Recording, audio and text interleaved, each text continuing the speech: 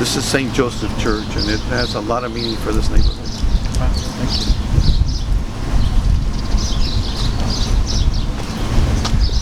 Hi, Father, how are you? Father Clay Hunt. Richard Castro, how are you? Good to meet you. I am a former parishioner, and in fact I was married at this church. But when I was a little boy, we lived on Ware Street, and my abuelita had a neighborhood escuelita back then. She started probably in the early 30s, and she operated it for generations into the late 50s, early 60s. So a lot of the people that have attended the church over the years attended her escuelita before they started the public school at Garfield. Okay. And of course she was very religious, and she had an altar right there in her front room where their classroom was, and every Sunday she would come to church to St. Joseph, and as a little boy I would accompany her. And I was telling them that church was and Mass was very serious to the elders, and they made sure that they kept all the kids in line. And don't you even think of cutting up. So it was some great experiences. She would recite the rosary every day. God bless you, brother. Yes. And so she opened that escuelita with a mission of educating every kid in the neighborhood, and provided a lot of good services. So a lot of the people that attended here and remember her. And so they're a crew out of El Paso that are doing a documentary on her. Praise the Lord. Yes, and they interviewed a number of individuals that went to her escuelita Friday and yesterday, and now they're getting shots of the different points of interest in the neighborhood. Well, we thank God for your grandmother, matriarch of your family, a pillar of faith, and may the Lord's blessing continue to abide on all your family, the Father, the Son, and the Holy Spirit. Thank you. Appreciate it. Good to see you, sir. Appreciate it. Y'all have a great day. Good to see you. Thank you, brothers.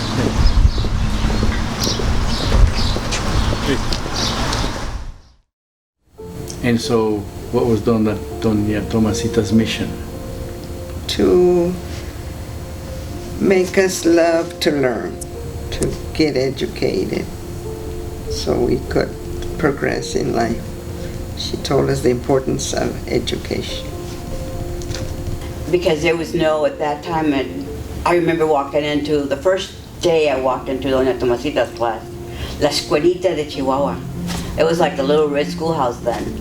And I walked in, and there she was, petite, with the high collar, white blouse, and always very deep, just beautiful lady with a long skirt and everything. It was beautiful with a little bun. Typical teacher that you would. I always wanted to be like her.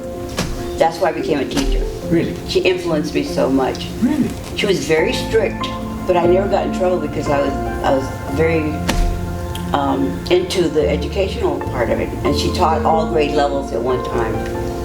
And if you were slow or not slow at that time, or special ed, or if you had ADHD or anything, we were all the same.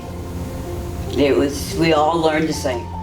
My parents built their house right there in that location, and then my abuelita's house was right there, and the only thing that separated them was this driveway. So I would get up in the mornings before I started public schools. As a child, I would get up, cross the driveway, and go to my abuelita's escuelita. And if that wasn't in session, then I would just come over and visit with her. And I mean, I loved coming over, and I could still picture her gentle face and her smile. And she would always have something for me. And she had a wood stove and kerosene heaters and kerosene lamps, and that was her lighting and her cooking facilities.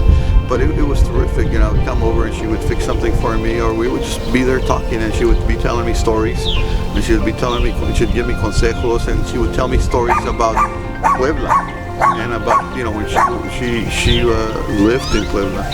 She described her home, and I remember her talking about the high walls that went around their property, and the doorways or the gateways going into the property she referred to as portones. Of course, that was a question: how many of your family members went to the Escuelita? And of course, there were 4 of us in our family. and all four of us went to the Escuelita. That's right. Let me ask your name My name is Filemon Ortiz. and your other family members that went. My older sister is Norma.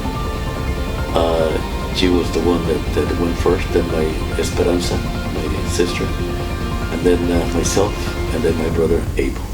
Yes. And you lived in the neighborhood. We lived about a block and a half from where the Escuelita was located. So when you went, how old were you? I kind of estimate, I think I must have been about 5 years old. So that must have been like 1947. Wow. Right. Did you go 1 year, 2 years? I think it was 1 year. Was it in the summers or was it during the school year? During the school year, because during the summer we would go up north, either California. Of course, at that time, the cotton season was, to clean up the plants for the cottons used to be very popular. So we would spend the summer working up north or in Texas, and of course that's one thing that we learned. You learn how to work hard, and you stay with it. Well, did she charge? I thought she charged. Yeah. That was her business. Do you know what she charged? Do you have any idea? I have no idea, and that was one of the things that I was thinking about. I was telling my husband, it had to have been important for my parents because we were poor. And yet they sacrificed. It was a sacrifice, but they knew about sacrifice. Yeah. They sacrificed however much it cost to send me their treasure, because we were treasures to them. I was to my parents. Wow. Okay? To send me to the school so I could have a good beginning. They knew that it wasn't going to be in Spanish when I went to school. They knew that. They were 100% certain of that. But one of the things that I have learned since, my mother was very Baptist, okay?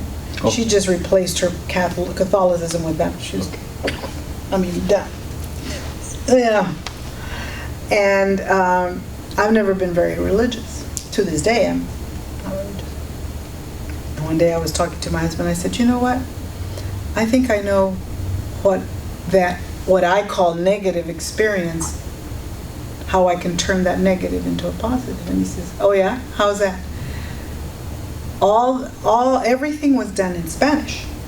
All the lessons, the sermons, the Wednesday night prayer meeting, the training union, the Sunday school, everything was in Spanish.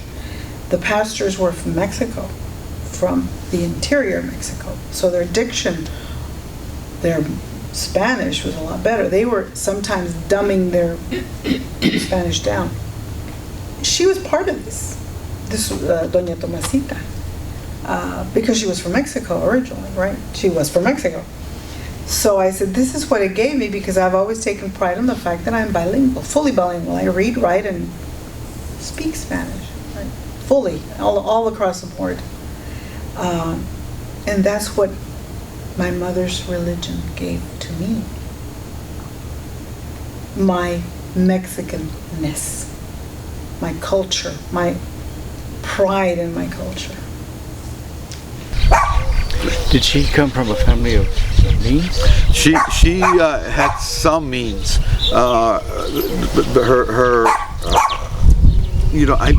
don't remember exactly what her family did, but I believe that they were a business family. She married, and her husband, I'm told by my brother that they had a bakery. But she married twice, and both husbands died. So somewhere along the line, I understood that there was also hotels involved, and so that she lost her parents, she lost her husband, she lost her second husband, and if you remember, during about that time was when there was the yellow fever plagues were going on. So they claimed her family, and then also that was during the time of the Mexican Revolution.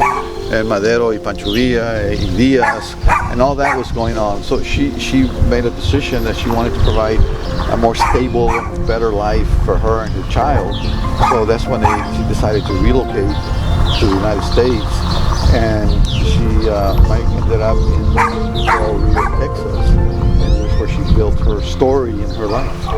Dona Tomasita had a little escuelita on Ware Street, around like that, and Pierce Street, perpendicular to that. I lived on Pierce Street. Just crossing the street, 2 houses down. Okay. I would just cross the street up there to La Escuelita. And your brothers and sisters went? Beg your pardon? Your brothers and sisters went? I don't recall, Homero, I don't recall, I don't know. I can't tell you if maybe the one that I came after, my brother, he might have attended that I recall. The other one, or the older, they might have been with her too. I don't know. What did you learn there? Whether it was Dona Tomasita, well, the main thing I think was, like I said, I was maybe 5 years old, 6 years old. Most important thing that I learned from at Dona Tomasita's Escuelita was how to interact with other students, or how to work with other students, and in a harmonious way, you might say, in a harmony. And because even though those students that went to school with me there, they were from the neighborhood, from the barrio, yet we knew the names, but we didn't associate too much. We played around, you know, but some lived another street down the road, you know. But I got to learn how I could work with other students, interact with them, and that sort of prepared me to when I would enroll in public school in first grade. That's it.